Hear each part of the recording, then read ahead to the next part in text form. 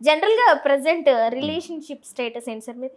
ఇది అంటే నా పర్సనల్ క్వశ్చన్ ఇది, మీరు ఓకే అంటే చెప్పండి. రిలేషన్షిప్ స్టేటస్ ఏంటమ్మా? ఐ మీన్ అంటే పెళ్ళి, I mean first wife second wife ఏదో వింటున్నాం కదా సార్, ఇది ఒక రూమర్. నేను హ్యాపీగా ఉన్నాను. ఇప్పుడు ఎవరితో ఉంటున్నారని అడిగాను సార్. రిలేషన్ ఫస్ట్ వైఫ్తో మేము సపరేట్ అయిపోయాం, 6 years అయిపోతుంది. వేరే మ్యారేజ్ చేసుకున్నాము, హ్యాపీగా ఉంటున్నాం. చేసుకున్నారు ఆల్రెడీ వేరే పెళ్ళి? ఎవరు సార్? సుప్రియ. సుప్రియ అంటే మీ ఛానల్లో ఒక అమ్మాయి యాంకర్గా చేసి ఆమె. ఆ అమ్మాయిని చేసుకున్నారు? అవును, యాంకర్ని చేసుకోలేదు. నా వైఫ్ ఛానల్లో మాట్లాడుతుంటది అప్పుడప్పుడు. ఓకే, అంతే. ఆవిడని పెళ్లి చేసుకున్నారా? యాంకర్ అయ్యాక చేసుకున్నారా లేదంటే? మాకు యాంకర్లు గింకర్లు ఏం లేదమ్మా, నేను పాస్టర్ని, ఆమె పాస్టర్ అమ్మా, అంతే తప్ప యాంకర్ అని అలా ఇలా ఏమి ఉండదు. మీది ఫస్ట్ లవ్ మ్యారేజ్ అరేంజ్డ్ అంటే ఇది పర్సనల్, అందుకే నా పర్సనల్ క్వశ్చన్ అని అడిగాను సార్. ఇష్టపడే చేసుకున్నాం. Second one sir? ఇష్టపడే చేసుకున్నాం. థర్డ్ వన్ ఎక్స్పెక్ట్ చేయొచ్చా? 30 కూడా ఎక్స్పెక్ట్ చేయొచ్చా అంటారు మీరు. మీరేమై నేను అడుగుతారు మీరు. నేను అడగడం కాదు సార్, ఒకటండి, నేను ఒకటి చెప్తాను. నేను తప్పని చెప్పట్లేదు సార్, ఎన్ని పెళ్ళిళ్ళైనా చేసుకోవచ్చు, ఇష్టపూర్వకంగా ఉంటే ఉండాలి, లేదంటే నేను ఒకటే చెప్తాను. నన్ను ఎవరైనా అడిగితే మ్యారేజ్ విషయంలో సలహా అడిగితే నేను ఒకటి చెప్తాను, 1 life 1 wife అంతే. ఒక జీవితానికి ఒకే భార్య. కష్టమో నష్టమో నరకమో రాక్షసో గయ్యాలో అనుమానించే మనిషో వేధించే మనిషో భరించండి చచ్చే వరకు. విడిపోవటాలు, ఇంకో పెళ్ళికి వెళ్ళటాలు, ఇవన్నీ లైఫ్ని డ్యామేజ్ చేస్తాయి. Don't go for such kind of decisions అంటాను నేను. అలాంటి నిర్ణయాలకు వెళ్ళొద్దు.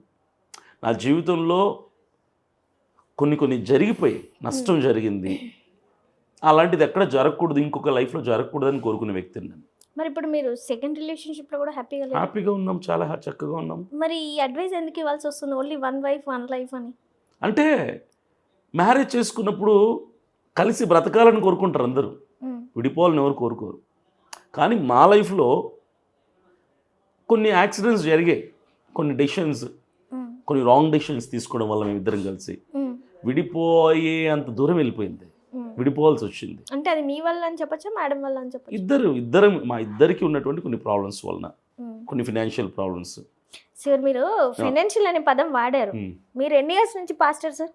నేను 2018 నుంచి 6 years అవుతుంది. మరి మేడం గవర్నమెంట్ జాబ్ అంటున్నారు, యాక్చువల్గా అది ఫైనాన్షియల్ ప్రాబ్లం కాదు, వేరే ప్రాబ్లం అయి ఉండొచ్చు సార్. మీరు ఫైనాన్షియల్ ప్రాబ్లం అని పాస్ట్ ఇంటర్వ్యూలో కూడా చెప్పారు. ఫైనాన్షియల్ ప్రాబ్లం ఎందుకంటే తను బ్యాంక్ ఎంప్లాయీ, లోన్స్ పెట్టి కొన్ని మేము మీటింగ్స్ పెట్టాము, అవి ఇవి చేసాము, చాలా ఖర్చు పెట్టాం.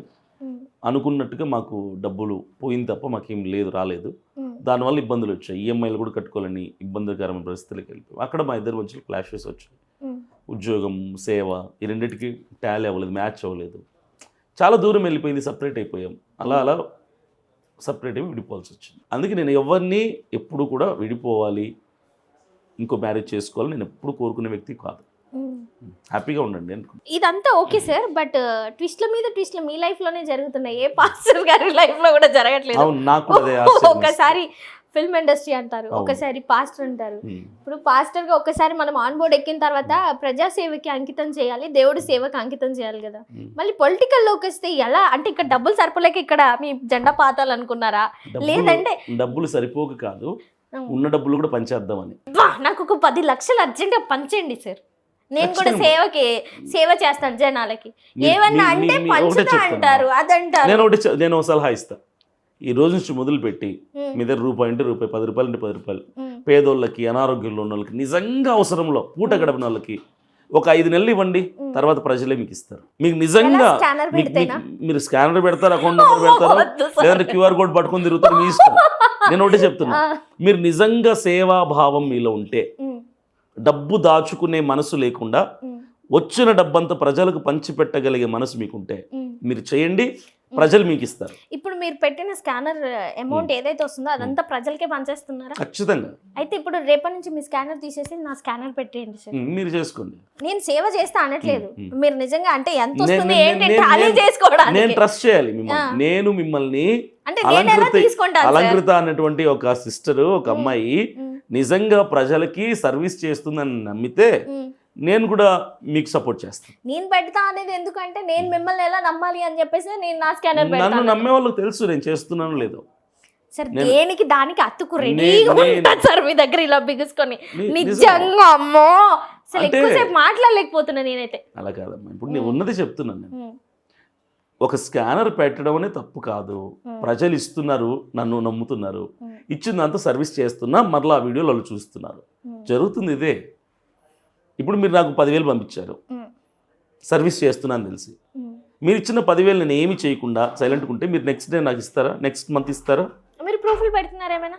వీడియోలు పెడతాను నా ఛానల్లో, చూస్తున్నాను ఆ లింక్స్ అందరికీ పెడతాను. అంటే హెల్ప్ చేసిన అంతగా నాకు ఎక్కడ ఏం కనిపించలేదు సార్. పర్సనల్ గా మిమ్మల్ని మీరు ప్రమోట్ చేసుకునే వీడియోస్ లేదు లేదు ఎక్కువ ఉన్నాయి, అవి కూడా ఎక్కువ ఉంటాయి. మీకు అంతా తెలుసు దొంగ, కానీ బయట పడట్లేదు, మీరు చెప్పట్లేదు.